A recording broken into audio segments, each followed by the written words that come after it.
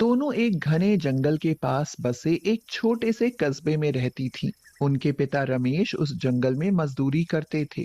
सुना था कि कुछ बाहर के लोग उस जंगल को काट कर मॉल बना रहे हैं, इसलिए दिन भर की दिहाड़ी पर वो लोग रमेश को लकड़ी काट कर ट्रक में भरने के लिए ले जाते थे। बाबा, आज की मजदूरी में से मुझे 10 रुपए दे दो। बाबा, आप दीदी को 10 रुपए दोगे तो मुझे भी चाहिए 10 रुपए। लेकिन बेटा, तुम दोनों 10-10 रुपए लेकर क्या करोगी? बाबा, वो ना कल हमने कजरी को कुछ खाते हुए देखा। वह सेवई जैसा था। मैं तो नाम भी भूल गई उनका। रानू, क्या नाम बताया था उसने? दीदी, नूडल्स। हाँ बाबा, हमें नूडल्स खाने हैं। 10 रुपए का पैकेट ही तो आता है। दे दो ना बाबा। उनकी माँ सरस्वती बोली, 20 रुपए नूडल्स में उड़ा दोगी? जानती हो, 20 रुपए में 3 किलो आलू आएंगे और पूरे हफ्ते खाए जाएंगे। देख सरस्वती, तू ना बच्चियों को मत डांटा कर। ना जाने इनके नसीब में क्या लिखा है। कुछ नहीं लिखा। ऐसे नूडल्स तो मैं सेवई में सब्जियां डालकर बना दूं और ये उंगलियां चाटती रह जाएं। हाँ। नहीं नहीं, मेरी बेटियों की इच्छा नूडल्स खाने की है तो ये नूडल्स ही खाएंगी। जूही और रानू ने जब नूडल्स खाए तो वो खाकर बहुत खुश हुई। जूही बोली, बाबा, ये तो बहुत स्वादिष्ट है। अब तो हम ये रोज खाया करेंगे। ऐसे भी तुम दोनों रईस बाप की बेटी हो। रोज 20 रुपए खर्च करोगी तो कहाँ से आएगा इतना? आज के बाद तुम्हारा जब भी नूडल्स खाने का मन होगा ना, तो मैं घर में ही बना दूंगी, समझी? और आप अब काम पर जाइए, समय ज्यादा हो गया है। रमेश जंगल में चला गया। बड़े बड़े पेड़ों की कटाई चल रही थी। अचानक से एक पेड़ टूटकर रमेश की पीठ पर गिरा, जिससे उसकी रीढ़ की हड्डी टूट गई और उसकी मौत हो गई। जीवन में एक ऐसा कठिन समय भी आएगा, ऐसा किसी ने कभी सोचा भी नहीं था।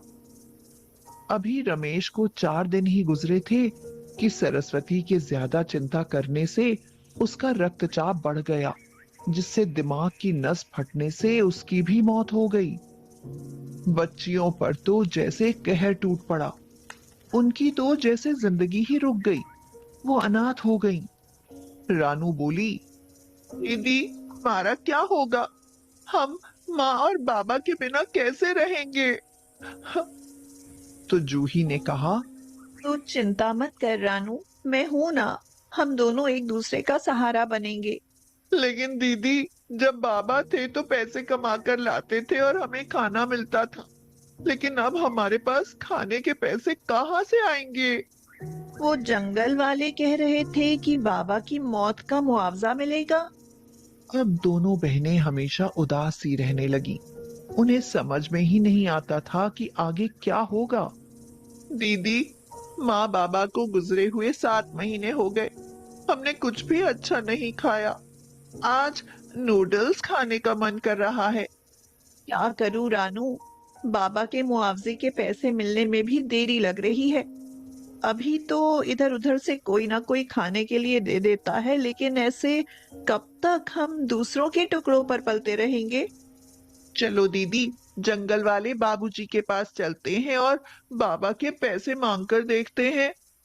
रानू और जूही जंगल पहुंचकर उनसे बोली, बाबूजी, घर में खाने के लिए पैसे नहीं है। घर में कोई कमाने वाला नहीं है, इसलिए हमें हमारे बाबा का पैसा दे दो। अब बेटा, हमने ऊपर अधिकारियों से बात की है। उन्होंने कहा है कि रमेश की मौत पेड़ के गिरने से हुई है। उसमें डिपार्टमेंट की कोई गलती नहीं है, इसलिए हम पैसा नहीं दे सकते।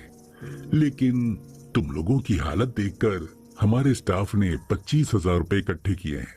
अभी बस हम तुम्हारी इतनी ही मदद कर सकते हैं। जूही और रानू के लिए इस समय 25,000 रुपए बहुत बड़ी रकम थी। वो दोनों वहां से पैसे लेकर चुपचाप चली आईं।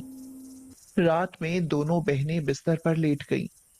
रानू बोली, क्या बात है दीदी, नींद नहीं आ रही? अब क्या सोच रही हो? अब तो हमारे पैसे भी मिल गए। रानू, पैसे तो मिल गए हैं, लेकिन ये कितने दिन चलेंगे? ये भी थोड़े ही दिनों में खत्म हो जाएंगे। मैं ये सोच रही हूँ कि उसके बाद फिर पैसा कहाँ से आएगा। अरे दीदी, ये तो मैंने सोचा ही नहीं। रानू, क्यों ना हम इस पैसे से कोई काम शुरू करें? हाँ दीदी, ये सही रहेगा। लेकिन क्या काम करेंगे? चल कल सोचते हैं, अभी सो जा। कल तेरे लिए नूडल्स बनाऊंगी। रात बीत गई, सुबह हुई। दोनों बहनों ने काम निपटा लिया। रानू बोली, दीदी भूख लगी है, अब तो नूडल्स बना दो ना। तू बैठ जरा, मैं बनाती हूँ। झटपट 5 मिनट में नूडल्स तैयार हो गए। रानू ने कहा, दीदी, आप जो नूडल्स बनाती हो उनकी बात ही कुछ और है। उनका स्वाद बहुत ही अलग होता है। मन करता है कि खाती ही रहूं। काश तुम्हारी नूडल्स की एक दुकान होती तो मैं दिन में कई बार खाती। अरे, आप फिर से सोचने लगी? हाँ रानू, मैं भी सोच रही हूँ कि हमारी नूडल्स की दुकान हो और तुमको मैं पूरे दिन नूडल्स ही खिलाती रहूं। रानू, माँ तो मैदे के नूडल्स घर में भी बना लेती थी, लेकिन मुझे उसका मसाला याद नहीं आ रहा। पता नहीं माँ उसमें क्या क्या डालती थी जो एक बाजार जैसा स्वाद आ जाता था। मसाला बनाना तो दीदी मुझे याद है, क्योंकि अक्सर मैं ही माँ को मसाले निकाल कर देती थी। अरे वाह, फिर तो बात बन जाएगी। लेकिन आपने सोचा क्या है? जरा मुझे भी तो बताओ। यही कि अब हम नूडल्स बनाकर बेचेंगे। अपने बाबा के मिले हुए पैसों से वो नूडल्स और सामान खरीद लाईं। उन्होंने एक ठेले पर सारा सामान लगाया और नूडल्स बेचने लगी। स्पाइसी चटपटे, बच्चों के लिए बड़ों के लिए। आइए नूडल्स खाइए, आपकी अपनी चलती फिरती दुकान। एक आदमी बोला, हाँ, कैसे हैं नूडल्स? जरा हमें भी दिखाना। तो जूही ने कहा, बाबूजी, 20 रुपए की प्लेट है। देखिए नहीं, खाइए और अच्छे लगे तो घर के लिए भी ले जाइए। लाओ, एक प्लेट दे दो। लो बाबूजी। वह आदमी उंगलियां चाटता हुआ बोला, वाह वाह वाह वाह, क्या बात है, बहुत ही बढ़िया लग रहे हैं तुम्हारे नूडल्स तो। हमारे यहाँ काम करोगी? आपके यहाँ? हाँ, मेरे यहाँ चाय की दुकान है। मैं चाहता हूँ कि तुम मेरी चाय की दुकान के सामने ठेला लगाओ। उससे तुम्हारे नूडल्स बहुत बिकेंगे, क्योंकि मेरे यहाँ चाय पीने बहुत से ग्राहक आते हैं। कुछ नूडल्स के ग्राहक बढ़ेंगे और कुछ नूडल्स की वजह से चाय के। रानू और जूही को ये तरकीब अच्छी लगी और अगले दिन उन्होंने वहां चाय की दुकान के सामने अपना ठेला लगाया। देखते ही देखते वहां ग्राहकों की लंबी लाइन लग गई। उनके नूडल्स कम पड़ गए। अगले दिन उन्होंने और ज्यादा नूडल्स बनाकर रखे। वो भी सारे बिक गए। जूही और रानू बहुत खुश थीं। उनके नूडल्स इतने बिकेंगे, उन्हें उम्मीद नहीं थी कि उनकी इतनी बिक्री होगी। और साथ में चाय वाले की बिक्री भी होने लगी। कुछ दिनों बाद जूही और रानू के नूडल्स की तारीफ एक होटल तक पहुंची। उनसे होटल के मालिक ने पूछा, बेटी, क्या तुम ये नूडल्स हमारे होटल में बनाओगी? मैं तुम्हें यहाँ से 4 गुना ज्यादा दाम दूंगा। दोनों बहनों की खुशी का ठिकाना ना था। वो बोली, हम जरूर काम करेंगी। अब वो दोनों होटल में नूडल्स बनाती थी। कुछ महीनों बाद जूही के मन में एक विचार आया। आखिर कब तक हम दूसरों के लिए काम करते रहेंगे?